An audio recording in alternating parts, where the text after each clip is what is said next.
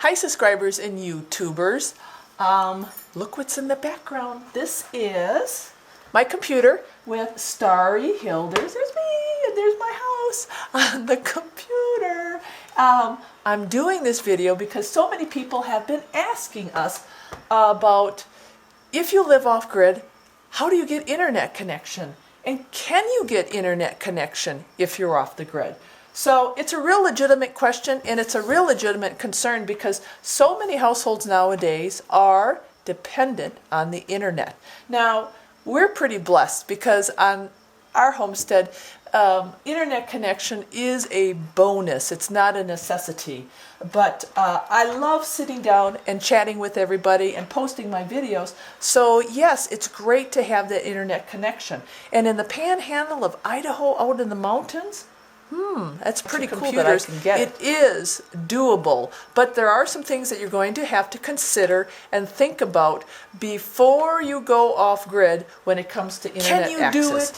What are some tips? I always got tips, okay? This will be tip number 1521, and hopefully it's a good one. All right, so come along, Starry Hilder channel, tips and advice off the grid. Okay, the first thing you're going to want to do when it comes to internet access and off the grid is the picking and choosing of what type of your computer, or if you're going to go with a cell phone, an Android. I am not the computer expert, but what we decided to do on our homestead is a bigger laptop and then a Chrome notebook. And when I sat down and did some research, I did look at battery life for each of the computers that I was thinking of purchasing.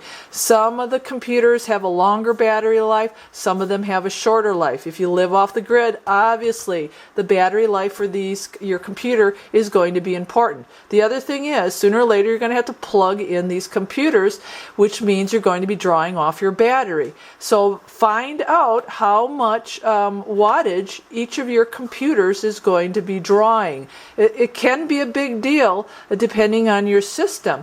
Especially, there's a lot of people who spend a lot of time on the computer during the day and during the night. They think about during the night when there's no sun and you're just drawing off the battery bank.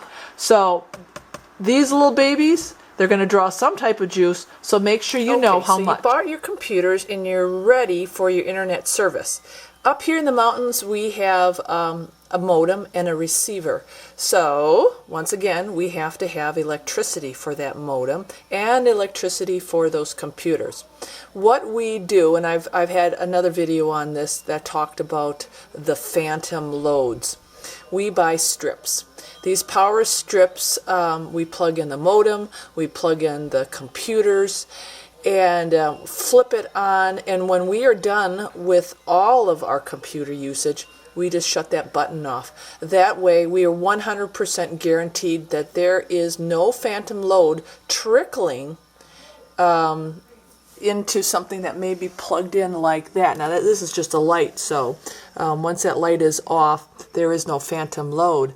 But you can get phantom loads, and it can have that, that trickle effect on your battery bank.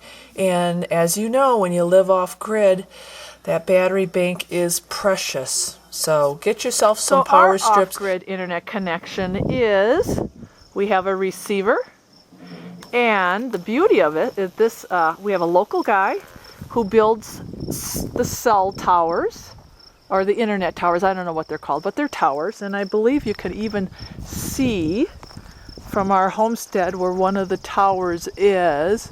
It's way over there. There's a little pimple over there. And then there's another one way over there. And what the internet guy does, who put our receiver up, is he builds the tower and then he buys the minutes from the big company.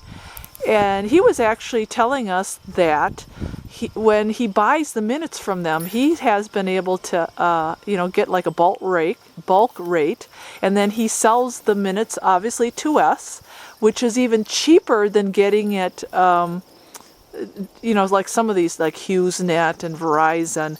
So we have not only great internet service up here in our mountains, but we, $55 for high speed And I'm not the technical junkie, but I tell you, it's great high speed, and we never ever have any glitches in the system. Okay, so you saw our setup. We have outside the receiver, we have a modem, and we have the laptops, and yes, they are dependent on electricity, and we do have to plug them in to charge them, but we use those power strips. But all very doable when living off the grid.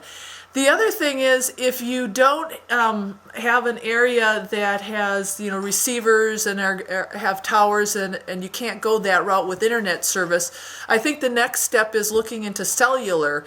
Cellular is really big. I don't know much about cellular. I know a lot of people have those smartphones and they have those Android phones. But also remember, if you have a self-sufficient off-grid homestead, you're going to have to charge those cell phones also. So you have to figure out how much electricity they use, and when they start dying, you still got to plug them in. So you still have to have some type of source of electricity, be it solar, wind, hydro, or whatever. Or if you're driving to town and you decide to plug them into your car charger, that works really awesome too. But still, always thinking about where that electricity source is going to come into play. But is it doable to have internet service off the grid? Absolutely, 100%. Be smart and think about it before you move. Always have a plan. But once you get it, it really is a bonus on a homestead.